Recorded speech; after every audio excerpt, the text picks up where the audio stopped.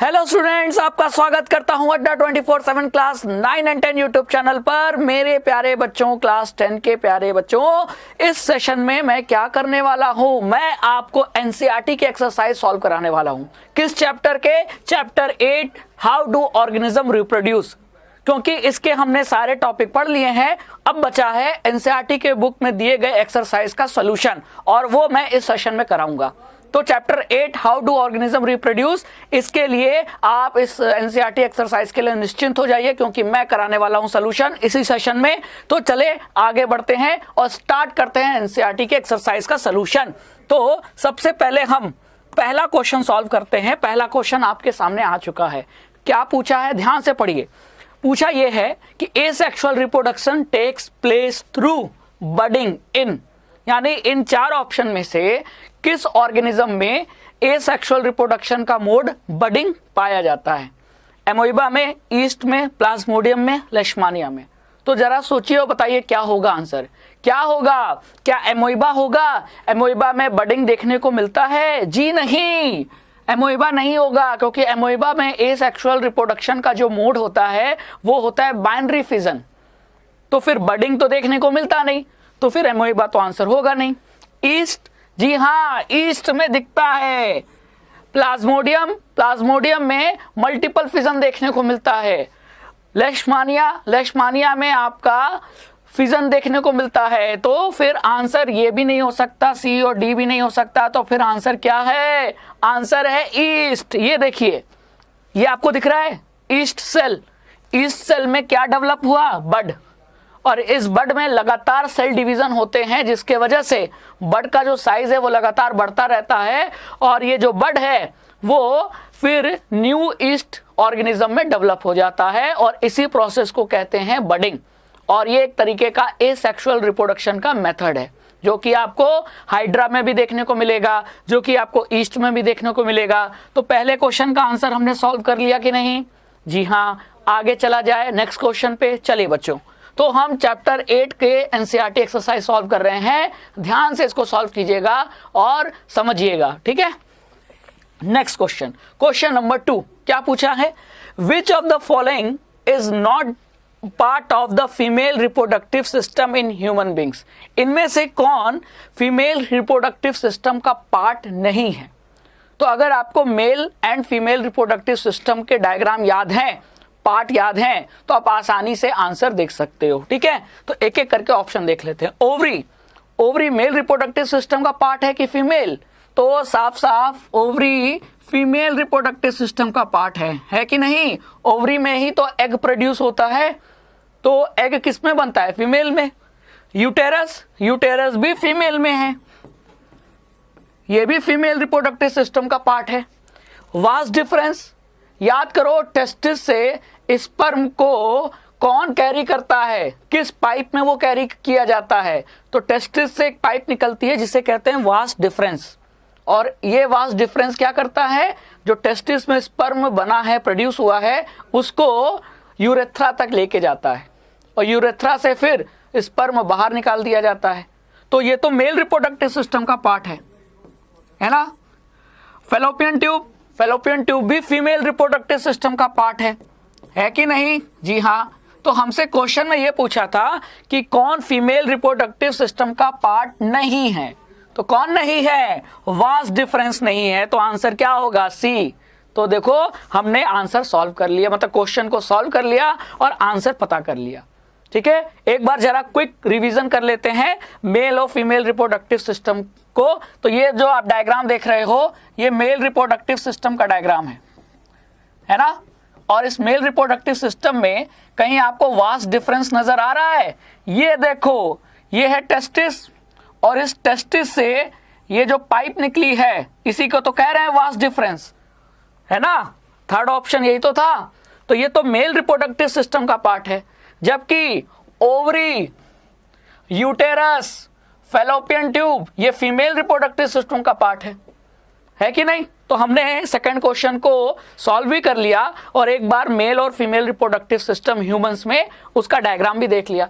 Exam के point of view से ये दोनों डायग्राम बहुत इंपॉर्टेंट है, एग्जाम में आ सकता है क्वेश्चन, ठीक है। चलिए तो आगे चलें, 2 क्वेश्चन के बाद अगला नंबर है किसका, क्वेश्चन नंबर 3 का। क्या पूछा है, anther, the anther contains sepals, ovules, pistil, pollen grain.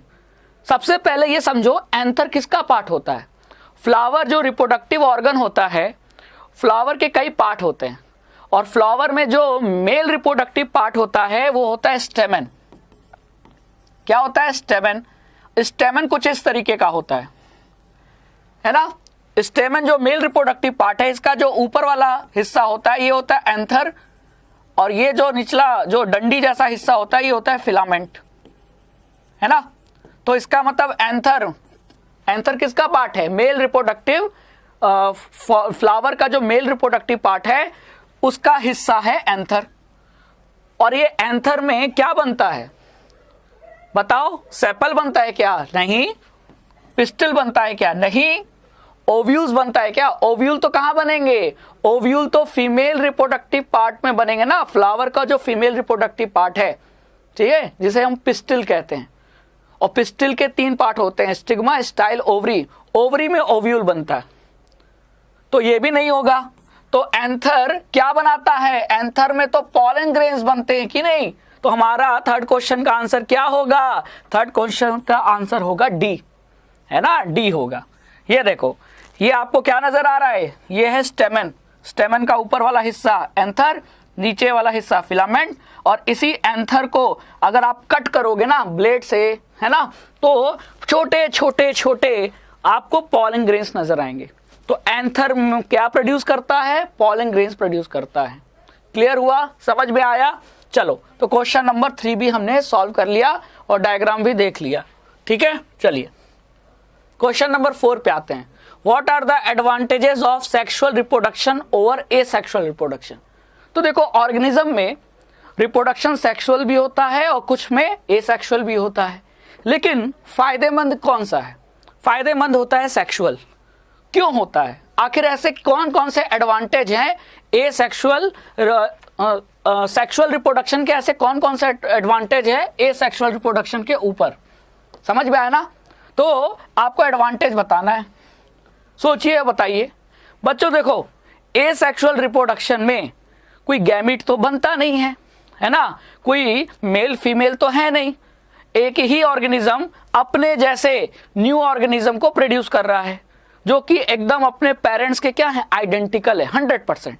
मतलब कोई वेरिएशन, कोई नई कैरेक्टर्स उनमें डेवलप नहीं हो रहा है। अगर कोई ऑर्गेनिज्म एसेक्सुअल रिप्रोडक्शन से वो रिप्रोड्यूस कर रहा है तो उसमें होगा क्या, अगर मान लो एक सेल से 2 सेल बना, किस मेथड से, एसेक्सुअल रिप्रोडक्शन से, तो ये दोनों सेल 100% आइडेंटिकल होंगे अपने पेरेंट सेल से, कोई इसमें कोई डिससिमिलैरिटीज नहीं है ना, सब चीज कॉमन है। अब चेंजेस इन्वायरमेंट में, लगातार इन्वायरमेंट बदलता रहता है, हजारों साल बाद इन्वायरमेंट बदलता है समय के साथ। तो समय के साथ बदलते इन्वायरमेंट के लिए ज़रूरी है कि आपके शरीर के अंदर कोई नए कैरेक्टर्स डेवलप हों, जो कि पॉसिबल नहीं है एसेक्सुअल में। लेकिन सेक्सुअल रिप्रोडक्शन में क्या होता है कि मेल और फीमेल जो गेमीट है वो कंबाइन होते हैं, फ्यूज होते हैं, और जो नया ऑर्गेनिज्म बनता है उसमें कुछ वेरिएशन होता है, कुछ कैरेक्टर्स अलग से होते हैं जो कि पेरेंट्स में नहीं होते, है ना। और ये जो न्यू वेरिएशन डेवलप होता है सेक्सुअल रिप्रोडक्शन में, ये उस ऑर्गेनिज्म को मदद करता है बदलते हुए इन्वायरमेंट में अपने आप को सरवाइव करने के लिए, है ना। तो वही लिखा है कि sexual reproduction leads to the formation of new variation, कुछ नई वैरायटी बनती है, ठीक है, किसमें, स्पीशीज में, जो कि आपको ऑब्जर्व नहीं होगी कहां, एसेक्सुअल रिप्रोडक्शन में।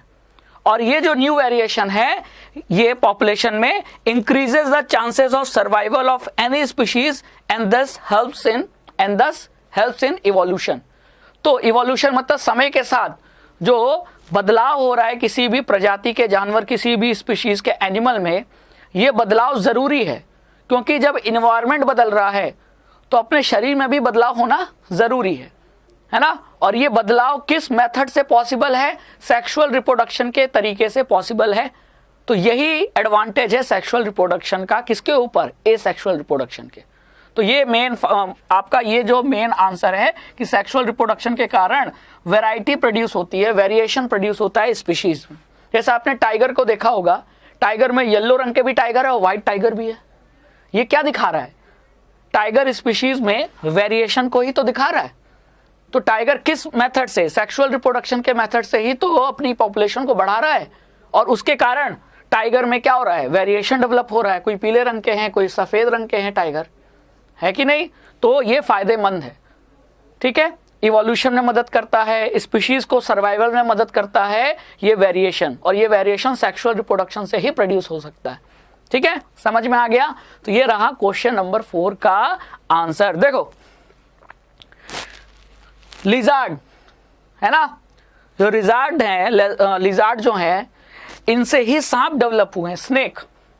लिजार्ड के पैरों का काम खत्म हो गया क्योंकि समय की मांग ये थी कि बाहर बहुत गर्मी है। मान लो धरती का तापमान समय के साथ बढ़ रहा था, तो जीवों को ये लगा कि अगर हम धरती पर रहेंगे तो मर जाएंगे, तो जीव बिल बनाकर जमीन के नीचे रहने लगे।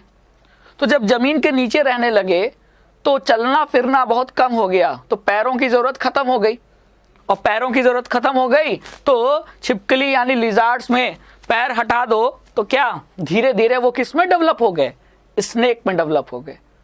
तो सांप यानी स्नेक का इवोल्यूशन किस जानवर से हुआ है? लिजार्ड से हुआ है। तो ये क्या बता रहा है? ये इवोल्यूशन ही तो बता रहा है। और इस इवोल्यूशन में मदद किसने किया? ये जो सेक्सुअल रिप्रोडक्शन के कारण जो वेरिएशन प्रोड्यूस हुआ है ना, वैरायटी, ये नई वैरायटी क्या है कि पैर ही नहीं है इसमें, ये सेक्सुअल रिप्रोडक्शन के कारण है, जिससे इनको सर्वाइवल में मदद मिली। समझ में आया? चलो, तो क्वेश्चन नंबर 4 तो हमने सॉल्व कर लिया है। आगे चला जाए, चलिए क्वेश्चन नंबर 5 पे आते हैं। क्या पूछा है? क्वेश्चन नंबर 5 में पूछा है what are the functions performed by the testis in human beings.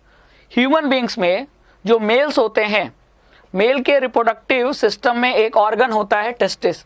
इसका काम क्या है, फंक्शन क्या है? तो आपको पता है कि जो मेल गैमीट होता है, जिसे हम क्या कहते हैं, स्पर्म। स्पर्म कहाँ प्रोड्यूस होता है? टेस्टिस में ही तो प्रोड्यूस होता है ना। और स्पर्म ही मेल गैमीट है, और यही मेल गैमीट जब फीमेल के एग से फ्यूज होता है, फीमेल के एग से फ्यूज होता है तो क्या बनता है? जाइगोट। जाइगोट से फिर एम्ब्रियो, एम्ब्रियो से फीटस, और फीटस आगे चल के एक न्यू बॉर्न बेबी में डेवलप हो जाता है। इस तरीके से इंसान रिप्रोडक्शन का प्रोसेस क्या करता है? कंप्लीट करता है। तो रिप्रोडक्शन के प्रोसेस के लिए जरूरी है स्पर्म और एग का मिलन, फ्यूजन। और ये जो स्पर्म है तो फिर बनेगा कहाँ? बनता है टेस्टिस में। तो टेस्टिस का एक काम हो गया स्पर्म का फॉर्मेशन, मेल गैमीट का फॉर्मेशन, और दूसरा काम क्या है? दूसरा काम है टेस्टिस का हार्मोन बनाना। कौन सा हार्मोन? Testosterone hormone. अब ये टेस्टोस्टेरोन हार्मोन क्यों जरूरी है? इसके 2 काम।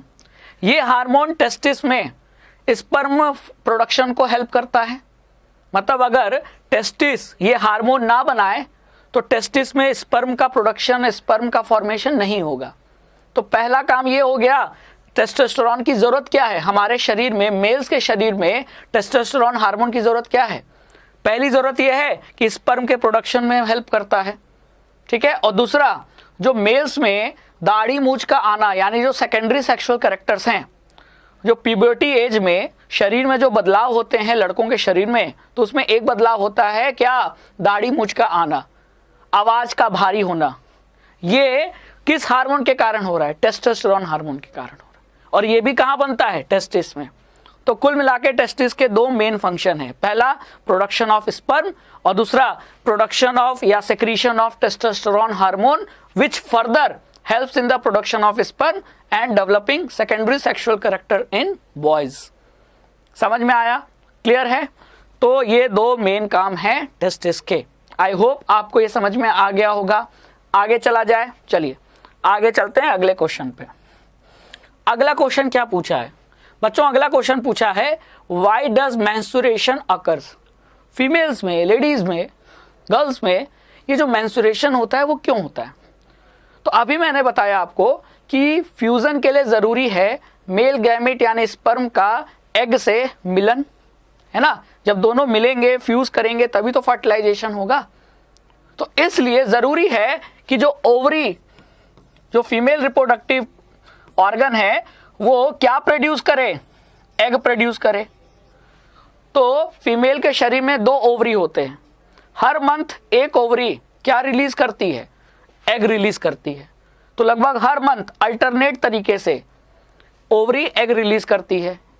और एग रिलीज हुआ है तो यूटेरस ये सोचता है कि स्पर्म आएगा और एग से फ्यूज करेगा और फिर जो एम्ब्रियो बनेगा, जायगोट बनेगा पहले, जायगोट के बाद एम्ब्रियो बनेगा। तो एम्ब्रियो इम्प्लांट कहाँ होगा, यूटेरस में। तो ये सोच के कि फ्यूजन होगा, एम्ब्रियो का इम्प्लांटेशन जरूरी है, यूटेरस की जो दीवारें हैं, लाइनिंग है ना, वो मोटी होने लगती हैं, थिक होने लगती हैं। और यूटेरस की लाइनिंग दीवारों में ब्लड सप्लाई भी बढ़ जाता है। लेकिन अगर फ्यूजन नहीं हुआ, स्पर्म का एग से फ्यूजन नहीं हुआ, तो फिर यूटेरस की जरूरत ही नहीं। क्यों? जब फ्यूजन नहीं हुआ तो एम्ब्रियो नहीं बना, और एम्ब्रियो नहीं बना तो यूटेरस की मोटी दीवारों की क्या जरूरत है ना। भाई यूटेरस क्या करता है, जो एम्ब्रियो बना है उसको नरिशमेंट प्रोवाइड करने के लिए ही तो यूटेरस थिक हो जाता है। और एम्ब्रियो तब इम्प्लांट बनेगा जब फ्यूजन होगा। तो जब एग का स्पर्म के साथ फ्यूजन ही नहीं हुआ तो एम्ब्रियो नहीं बनेगा, और जब एम्ब्रियो नहीं बनेगा तो यूटेरस को किसी को एम्ब्रियो को नरिशमेंट प्रोवाइड करने की जरूरत ही नहीं, क्योंकि एम्ब्रियो बना ही नहीं। तो फिर यूटेरस की जो मोटी दीवारें हैं वो टूटकर वेजाइना के रास्ते नीचे बाहर निकलने लगती हैं, उसके साथ साथ ब्लड और म्यूकस भी बाहर निकलता है, और यही होता है मेंस्ट्रुएशन, है ना। तो वही लिखा है, when egg is release from the, ये देखो ओवरी है ना, ओवरी से मान लो एग रिलीज हुआ और ये आ गया फैलोपियन ट्यूब में, लेकिन स्पर्म नहीं आया, ठीक है। तो यूटेरस की दीवारें तो मोटी हो गई थी, देखो इतनी मोटी दीवारें हो गई यूटेरस की, ये सोच के कि एम्ब्रियो आएगा और एम्ब्रियो का इम्प्लांटेशन यहाँ होगा। लेकिन क्या हुआ, फर्टिलाइजेशन तो नहीं हुआ। But when egg is not fertilise, तो फिर इस यूटेरस की मोटी दीवारों को क्या काम, तो ये मोटी दीवारें जिसमें रिच ब्लड सप्लाई है, ये टूटकर यहाँ वेजाइना के रास्ते बाहर निकलने लगती हैं, साथ ही साथ ब्लड और म्यूकस भी निकलता है, और इसी को मेंस्ट्रुएशन कहते हैं, यानी पीरियड कहते हैं। और ये पीरियड साइकिल चलती है, लगभग 28 दिनों की होती है गर्ल्स में, है ना, समझ में आया। तो अगर फर्टिलाइजेशन नहीं हुआ तो पीरियड आएगा, और अगर फर्टिलाइजेशन हो गया तो फिर क्या होगा, पीरियड आएगा नहीं आएगा, क्योंकि फर्टिलाइजेशन के बाद एम्ब्रियो बनेगा और एम्ब्रियो आकर यूटेरस में क्या होगा, इम्प्लांट हो जाएगा, और अगले 9 महीने तक ये यूटेरस उसको क्या करेगा, नरिशमेंट प्रोवाइड करेगा। तो जब यूटेरस नरिशमेंट प्रोवाइड करेगा अगले 9 महीने तक, तो फिर अगले 9 महीने तक फिर पीरियड आने का चांस ही नहीं। तो फर्टिलाइजेशन हुआ तो यूटेरस थिक रहेगा, अगले 9 महीने तक नरिशमेंट प्रोवाइड करेगा और पीरियड नहीं आएगा। और अगर फर्टिलाइजेशन नहीं हुआ तो फिर जाहिर सी बात है कि तब यूटेरस का कोई काम नहीं, और यूटेरस जब कोई किसी काम का नहीं है तो वो क्या करेगा, वो टूट टूट कर ब्रेक होकर उसकी दीवारें ब्लड और म्यूकस के फॉर्म में बाहर निकलती हैं वेजाइना से, उसी को मेंस्ट्रुएशन कहते हैं। समझ में आ गया, क्लियर है। तो ये सारा खेल breakdown of walls of uterus का है, ठीक है, क्लियर हो गया। चलो आगे चलें नेक्स्ट क्वेश्चन पे। चलिए question number 7, draw a level diagram of the longitudinal section of flower. मतलब एक फ्लावर लिया और उसको मैंने ऐसे 2 तरीके से काट सकते हैं ना, एक हॉरिजॉन्टली और एक वर्टिकली। तो अगर हम वर्टिकली काट रहे हैं फ्लावर को तो वो उसका कौन सा सेक्शन है, लॉन्गिट्यूडनल सेक्शन है। और जब उसको कट करके देखेंगे कटा हुआ हिस्सा, जैसे मान लो फ्लावर ऐसे है, मैंने ऐसे काट दिया तो कट गया, अब आधा हिस्सा दिख रहा है, आधा हिस्सा तो काट के अलग कर दिया, तो वो जो आपको यहाँ से नजर आ रहा है वही है लॉन्गिट्यूडनल सेक्शन ऑफ फ्लावर। और वो रहा ये, इसमें ध्यान से देखो, इसमें आपको फीमेल रिप्रोडक्टिव पार्ट दिख रहा है, पिस्टिल, पिस्टिल के भी 3 पार्ट, ऊपर चिपचिपा पार्ट स्टिग्मा कहलाता है, फिर ये जो डंडी है ये स्टाइल कहलाती है, और नीचे जो स्वेलन पार्ट है ये ओवरी कहलाता है और ओवरी में ही क्या होते हैं, ओव्यूल्स। ठीक है, क्लियर। अब आप यहां देखो, ये है स्टेमन, ये है male reproductive part, male reproductive part, male reproductive part स्टेमन, जिसका ऊपर वाला पार्ट एंथर कहलाता है, जो क्या प्रोड्यूस करता है, अभी पढ़ा था हमने, पॉलन ग्रेन्स, है ना। और ये नीचे वाला जो डंडी नुमा है ये फिलामेंट कहलाता है। और ये जो पंखुड़ियां हैं रंग बिरंगी, है ना, ये पेटल्स कहलाती हैं। और ये नीचे हरे हरे जो पार्ट है ये सेपल्स कहलाते हैं। तो सेपल, पेटल, स्टेमन, पिस्टिल, ये 4 पार्ट होते हैं फ्लावर में। ठीक है, और ये फ्लावर पाए किस में जाते हैं, उन प्लांट्स में पाए जाते हैं जिन्हें हम एंजियोस्पर्म कहते हैं। तो angiosperm is also known as flowering plant. और ये रहा लॉन्गिट्यूडनल सेक्शन ऑफ फ्लावर, और ये एग्जाम में पूछा जा सकता है। Very very important, very very important, मतलब आपको ये याद होना चाहिए। और ये सारे जितने भी लेबलिंग है ना, एग्जाम के पॉइंट ऑफ व्यू से बहुत जरूरी है, याद रखना। क्लियर। क्वेश्चन नंबर 7 भी सॉल्व कर लिया, आगे चलें। चलिए क्वेश्चन नंबर 8 में क्या पूछा है, what are the different methods of contraception. Contraception मतलब प्रेगनेंसी को अवॉइड करना, है ना, प्रेगनेंसी ना हो। क्लियर। तो ऐसे कौन कौन से मेथड हैं जो कि कंट्रासेप्शन में यूज हो सकते हैं, जो प्रेगनेंसी अवॉइड करने के लिए यूज किए जा सकते हैं, जरा सोचिए, बताइए। हाँ, इसको देखो 3 तरीके से बांटा गया है। पहला है मैकेनिकल बैरियर, वेरियस मेथड है, अलग अलग तरीके हैं। जैसे पहला है मैकेनिकल बैरियर क्रिएट कर दो, स्पर्म को जाने ही ना दो एग तक, बीच में ब्लॉकेज कर दो।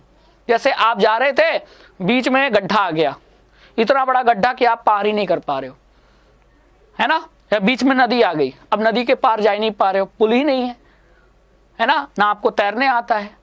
तो इस तरीके से कोई मैकेनिकल बैरियर बना दो। कैसे बना सकते हैं, कॉन्डम्स का यूज करके। तो कॉन्डम मेल भी यूज कर सकते हैं, फीमेल भी यूज कर सकते हैं। फीमेल कॉन्डम अलग होता है, मेल कॉन्डम अलग होता है। तो मेल अगर अपने पेनिस पर कॉन्डम का यूज करे तो पेनिस से जब क्या निकलेगा, स्पर्म, तो वो फीमेल के बॉडी में ट्रांसफर नहीं होगा। तो इस तरीके से प्रेगनेंसी नहीं होगी और हम क्या हो जाएंगे, मतलब जो फीमेल है वो प्रेगनेंसी को अवॉइड कर लेगी। ठीक है, एक तो ये हो गया। और अगर फीमेल कॉन्डम यूज हो रहा है तो वो उसको अपने वेजाइना में यूज करेगी। तो मेल कॉन्डम पेनिस पे यूज किया जाता है और फीमेल कॉन्डम वेजाइना में यूज किया जाता है। ठीक है, नेक्स्ट ओरल कॉन्ट्रासेप्टिव पिल्स। कुछ दवाइयाँ आती हैं, ठीक है, जो फीमेल्स खाते हैं, और फीमेल्स अगर उनको खाएंगी तो फीमेल के शरीर में कुछ हार्मोनल चेंजेस होते हैं, और वो हार्मोनल चेंजेस, हार्मोनल बदलाव क्या करते हैं, ओवरी से एग को रिलीज ही नहीं करने देते। क्योंकि ओवरी से एग तब रिलीज होता है जब सही अमाउंट में, सही समय पे हार्मोन अवेलेबल हो शरीर में। और अगर हार्मोन का चेंजेस कर दिया जाए दवा खाकर तो एग ही रिलीज नहीं होगा, और जब एग रिलीज ही नहीं होगा तो बेचारा अकेला स्पर्म क्या कर लेगा, तो फिर फर्टिलाइजेशन नहीं होगा और वो फीमेल प्रेग्नेंट नहीं होगी। तो दवाइयाँ खाकर, जिन्हें हम पिल्स कहते हैं, जिनको ओरली खाया जाता है ना, इसका भी यूज करके प्रेगनेंसी अवॉइड की जा सकती है। फिर आप थर्ड क्या देख रहे हो, implants and surgical method. Implant के रूप में एक कॉन्ट्रासेप्टिव डिवाइस होती है जिसे कहते हैं कॉपर टी, है ना। ये कॉपर टी डिवाइस फीमेल के यूटेरस में इम्प्लांट कर दिया जाता है, और इम्प्लांट करने के कारण जो कॉपर होता है ना, वो क्या करता है, वो स्पर्म के मोटिलिटी को, स्पर्म के रफ्तार को धीरे कर देता है। इतना धीरे कर देता है कि एग से मिलन ही नहीं हो पाता स्पर्म का, तो प्रेगनेंसी अवॉइड हो जाती है। और तो ये तो हो गया इम्प्लांट। और एक है सर्जिकल मेथड। सर्जिकल मेथड में अगर मेल्स में वॉस डिफरेंस को काट दिया जाए, काट कर ब्लॉक कर दिया जाए रास्ता, और फीमेल में फेलोपियन ट्यूब को काट कर टाई अप कर दिया जाए और रास्ता ब्लॉक कर दिया जाए, तो क्या होगा, क्या स्पर्म और एग का फ्यूजन होगा, कभी नहीं होगा। तो ये सर्जिकल मेथड भी है ना। तो surgical method, implant, oral contraceptive pills और मैकेनिकल बैरियर, इन मेथड से हम कॉन्ट्रासेप्शन कर सकते हैं, यानी प्रेगनेंसी को अवॉइड किया जा सकता है ना। क्लियर है, इसमें कोई कंफ्यूजन नहीं। तो अगर एग्जाम में आएगा तो आपको ये 3 लिखने पड़ेंगे, है ना। इम्प्लांट्स में किसके बारे में लिखोगे, कॉपर्टी के बारे में। सर्जिकल मेथड में क्या लिखोगे कि जो मेल या फीमेल के जो रिप्रोडक्टिव पार्ट है उसमें जो टाइप मतलब उनको काट कर टाइप कर दिया जाता है, ठीक है। और इस तरीके से उनका मिलन नहीं हो पाता स्पर्म और एग का। तो ये याद रखना है कि किसको कट किया जाता है। मेल्स की बात करें तो वास डिफरेंस को कट किया जाता है ना। और फीमेल्स की बात की जाए तो किसको कट किया जाता है, तो फैलोपियन ट्यूब जो होता है उसको कट किया जाता है, मतलब बीच में से काटा और दोनों को अलग अलग धागे से बांध दिया। अब बीच का रास्ता तो कट मतलब खत्म हो गया, कांटेक्ट है ही नहीं, है कि नहीं। चलो, तो ये क्वेश्चन नंबर 8 भी हमने सॉल्व कर लिया। Next question, how are the modes for reproduction different in unicellular and multicellular organism. देखो बेटा, यूनिसेलुलर ऑर्गेनिज्म के पास रिप्रोडक्शन का सिर्फ एक ही रास्ता है।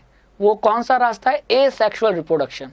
क्योंकि यूनिसेलुलर में मेल फीमेल तो होता नहीं है, और जहां मेल फीमेल ना हो वहां जो रिप्रोडक्शन का तरीका होगा वो क्या होगा, एसेक्सुअल।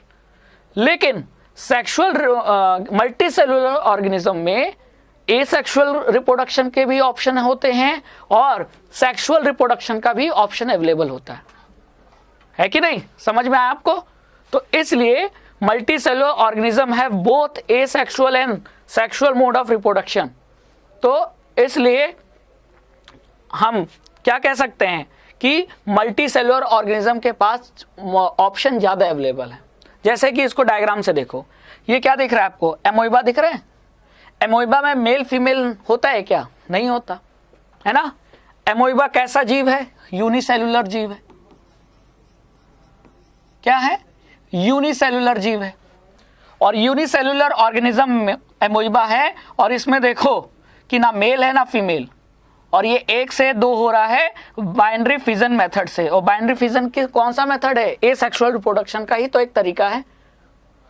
तो क्या एमोइबा के पास सेक्सुअल रिप्रोडक्शन का ऑप्शन अवेलेबल है, नहीं, क्योंकि सेक्सुअल रिप्रोडक्शन के लिए मेल और फीमेल 2 टाइप के जेंडर का होना जरूरी है। एमोइबा बेचारा यूनिसेलुलर ठहरा, इसके पास तो अलग अलग है ही नहीं जेंडर, ठीक है।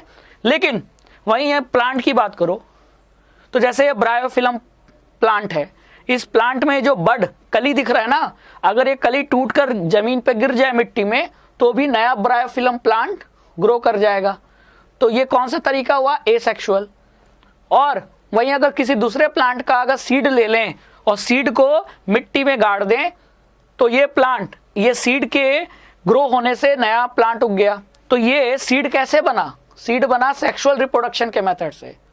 और यहां इस पार्ट के, इस प्लांट के बड वाले पार्ट से नया प्लांट बन गया, तो ये एसेक्सुअल रिप्रोडक्शन है। तो प्लांट दोनों है, लेकिन प्लांट में, प्लांट क्या है, मल्टी सेलुलर है ना, लेकिन मल्टी सेलुलर होने के बावजूद भी इस प्लांट में एसेक्सुअल रिप्रोडक्शन चल रहा है और इस प्लांट में सेक्सुअल चल रहा है। तो आपने क्या देखा, प्लांट मल्टी सेलुलर था और उसमें 2 रिप्रोडक्शन के तरीके अवेलेबल हैं, लेकिन यूनिसेलुलर में सिर्फ एक ऑप्शन अवेलेबल है, वो भी एसेक्सुअल रिप्रोडक्शन। ठीक है, क्लियर हुआ, तो भूलना नहीं। अगर बीज को आप जमीन में गाड़ रहे हो, उससे नया प्लांट डेवलप हो रहा है, तो बीज कब बना, बीज बना जब पॉलन ग्रेन से जो मेल गैमीट है, मेल जर्म सेल है, वो ओवरी में जो ओव्यूल में जो क्या थे, फीमेल जर्म सेल, उससे फ्यूज किया। तो मतलब सेक्सुअल रिप्रोडक्शन से सीड बनता है, सीड से नया प्लांट बनता है। और अगर प्लांट के किसी पार्ट, रूट, लीफ से नया प्लांट बन जाए तो वो एसेक्सुअल है। तो प्लांट जो कि मल्टी सेलुलर ऑर्गेनिज्म है, उसमें भी एसेक्सुअल रिप्रोडक्शन भी अवेलेबल है और सेक्सुअल रिप्रोडक्शन का मेथड भी अवेलेबल है, लेकिन यूनिसेलुलर में सिर्फ और सिर्फ एसेक्सुअल मोड ऑफ रिप्रोडक्शन ही पॉसिबल है। ठीक है, क्लियर। चलो next question, how does reproduction help in providing stability to population of species. किसी स्पीसीज की अर्थ पे जो पॉपुलेशन है उसको बनाए रखने में, उस पॉपुलेशन को स्टेबल रखने में रिप्रोडक्शन कैसे हेल्प करता है। अब आप खुद ही सोचिए, मान लो अर्थ पे एक स्पीशीज के 100 ऑर्गेनिज्म थे, मतलब किसी स्पीशीज के प्रजाति के मान लो 100 ऑर्गेनिज्म थे। मान लेते हैं कि आप क्या ले लो, गाय ले लो, 50 गाय 50 बैल, है ना, 50 गाय 50 बैल, टोटल कितने, 100। तो मान लो अगर 10 में से मतलब 5 गाय 5 बैल मर गए तो पॉपुलेशन कितनी हो गई? 90। तो अगर सिर्फ डेथ होगी तो ये पॉपुलेशन लगातार घटती चली जाएगी ना। तो अगर पॉपुलेशन की संख्या स्टेबल रखनी है तो ये जरूरी है कि अगर डेथ हो रहा है तो क्या भी हो, बर्थ भी हो। तो डेथ और बर्थ इन दोनों का एक बैलेंस होना जरूरी है, तभी पॉपुलेशन की जो साइज है वो स्टेबल बनी रहेगी। अगर बर्थ ज्यादा है डेथ से तो पॉपुलेशन लगातार बढ़ेगी, अगर डेथ ज्यादा है बर्थ से तो पॉपुलेशन लगातार घटेगी। तो डेथ को बैलेंस करने के लिए जरूरी है बर्थ, और बर्थ यानी कि रिप्रोडक्शन। तो अगर कोई भी स्पीशीज लगातार रिप्रोडक्शन नहीं करेगी तो उसकी संख्या लगातार धरती पर कम होती जाएगी, और एक समय ऐसा भी आ सकता है कि वो खत्म हो जाए, एक्सटिंक्ट हो जाए। इसीलिए किसी भी पॉपुलेशन को स्टेबल रखने के लिए जितना ज्यादा डेथ जरूरी है उतना ज्यादा बर्थ भी जरूरी है। और बर्थ कैसे मुमकिन है? रिप्रोडक्शन से। तो रिप्रोडक्शन का काम क्या है? देखो ये क्या है, बूढ़ा मरने वाला है तो बच्चे पैदा भी होने चाहिए, तभी तो पॉपुलेशन स्टेबल होगी। ये डायग्राम समझ में आ रहा है? तो देखो क्या लिखा है, reproduction helps in providing stability to the population of species. कैसे? By producing new individuals of the same species from the existing organism and replacing the dying members of the population. Population में, species की population में जो organism मरने वाले हैं उनकी जगह नए ऑर्गेनिज्म को पैदा करने के लिए रिप्रोडक्शन मददगार होती है। इसलिए रिप्रोडक्शन बहुत जरूरी है पॉपुलेशन को स्टेबल रखने के लिए। ठीक है, किसकी पॉपुलेशन? किसी भी स्पीशीज की पॉपुलेशन। क्लियर है? चलो, तो क्वेश्चन नंबर 10 भी हमने सॉल्व किया। क्वेश्चन नंबर 11 पे आ जाते हैं। What could be the reason for adopting contraceptive methods? Contraceptive अभी बताया था कि अवॉइडिंग प्रेगनेंसी। तो लोग क्यों प्रेगनेंसी को अवॉइड करना चाहते हैं? क्या इसका रीजन हो सकता है? कंट्रासेप्टिव मेथड्स को अडॉप्ट क्यों करते हैं लोग? तो इसके बहुत कारण हैं। पहला कारण यह है कि जो भी जब प्रजनन यानी रिप्रोडक्शन होता है, जब मेटिंग होता है, मेल और फीमेल की मेटिंग होती है, सेक्सुअल इंटरकोर्स होता है, तो हो सकता है कि एक पार्टनर से दूसरे पार्टनर को क्या डिजीज ट्रांसफर हो जाए। कौन सी disease? Sexually transmitted disease transfer हो सकती है, जैसे गोनोरिया है, सिफाइलिस है, एड्स है। तो अगर हम कॉन्ट्रासेप्टिव मेथड जैसे कि कॉन्डम का यूज करेंगे तो क्या होगा? तो ये सेक्सुअली ट्रांसमिटेड डिजीज एक पार्टनर से दूसरे पार्टनर को ट्रांसफर नहीं होगी ड्यूरिंग सेक्सुअल इंटरकोर्स, है ना। तो एक फायदा यह है कि बीमारी को फैलने से रोकता है कंट्रासेप्टिव मेथड। कौन सी बीमारी? सेक्सुअल ट्रांसमिटेड डिजीज को फैलने में। दूसरा, अगर आप कॉन्ट्रासेप्टिव मेथड यूज करेंगे तो स्पर्म और एग का फ्यूजन नहीं होगा। फ्यूजन नहीं होगा तो प्रेगनेंसी अवॉइड कर लेंगे आप, है ना, आप प्रेग्नेंट नहीं होंगे। क्लियर? तो प्रेगनेंसी को अवॉइड करने के लिए दूसरा कारण। तो फर्स्ट 2 रीजन तो समझ में आ गया। तीसरा, to stabilise population of humans on earth. अगर हम कॉन्ट्रासेप्टिव मेथड यूज ना करें तो फिर हमारे पास यही ऑप्शन है, या तो हम सेक्सुअल इंटरकोर्स छोड़ दें, या तो अगर सेक्सुअल इंटरकोर्स कर रहे हैं तो बच्चे पैदा हों, है ना। और अगर बच्चे पैदा होंगे तो लगातार पॉपुलेशन बढ़ता जाएगा, बहुत ज्यादा हो जाएगा। वैसे ही धरती परेशान है इतनी ज्यादा पॉपुलेशन से, रिसोर्सेस कम है, पॉपुलेशन ज्यादा है कि नहीं। तो फिर पॉपुलेशन स्टेबल नहीं हो पाएगी। तो कॉन्ट्रासेप्टिव मेथड से एक काम ये भी हो रहा है कि सेक्सुअल इंटरकोर्स भी हो जा रहा है और न्यू ऑर्गेनिज्म भी, न्यू पॉपुलेशन भी प्रोड्यूस नहीं हो रही। तो इससे पॉपुलेशन क्या है? ह्यूमंस की पॉपुलेशन अर्थ पे स्टेबल है ना। तो ये भी फायदा है। तो इन 3 फायदों के चक्कर में कॉन्ट्रासेप्टिव मेथड्स का यूज किया जाता है। समझ में आया कि नहीं? तो आई होप आपको ये 11th क्वेश्चन का आंसर समझ में आ गया होगा। इस तरीके से बच्चों इस चैप्टर का हमने एनसीईआरटी एक्सरसाइज सॉल्व कर लिया है। I hope you enjoy this session. इसी तरह अड्डा 24/7 class 9 and 10 official YouTube channel के साथ जुड़ते रहिए, पढ़ते रहिए। Thank you so much.